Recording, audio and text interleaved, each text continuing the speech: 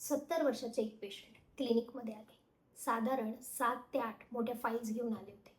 मला म्हणत होते, मॅडम 15 ते 20 डॉक्टर झाले, पण पायाची सूज काही कमी होत नाही. तुम्ही प्लीज काहीतरी करा. पायाची सूज येते तरी कशाने? शरीरात जास्त प्रमाणात द्रव साचल्यामुळे पाय, घोटे, पावले सुजतात. यामागची अनेक कारणे असू शकतात. जास्त वेळ उभे राहणे, मिठाचे अधिक सेवन करणे, किडनीचे विकार, हृदयाचे विकार, लिव्हरचा आजार, थायरॉईड अशा अनेक समस्यांमध्ये पायावरती सूज येते. या सुजेसोबत श्वास लागणे, वजन अचानक वाढणे, लघवी कमी होणे, वेदना होणे या अशा पद्धतीची लक्षणं निर्माण झाली तर लवकरात लवकर डॉक्टरांना दाखवणं गरजेचं आहे.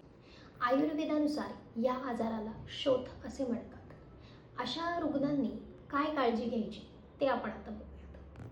दिवसातून 3 ते 4 वेळा 20 मिनिटे आपण चालले पाहिजे. जास्त वेळ एका जागी न बसणे, नियमित चालणे, मिठाचे प्रमाण कमी ठेवणे, वजन नियंत्रणात ठेवणे, सैल आणि आरामदायी पादत्राणे वापरणे अशा पद्धतीची काळजी आपण घेतली पाहिजे.